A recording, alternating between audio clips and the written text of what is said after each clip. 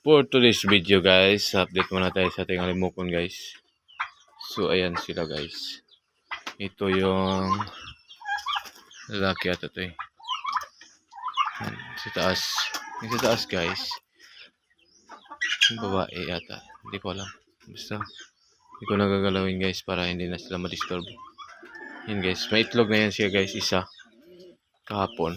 Kita ko. So ngayon. Ayan. Naglilimlim yung isa. Sana madagdagan pa. Sana matuloy-tuloy na to guys. Para may ano na tayo. May alaga na tayo guys. May inbreed ano na tayo. Captive breed tayo. Para may breeding na tayo guys. Yan. Antayin na lang natin to. 15 days to 20 days. Diyan na yan magpapakita na yung sisiw. So update ko lang kayo kung anong mangyayari dito guys.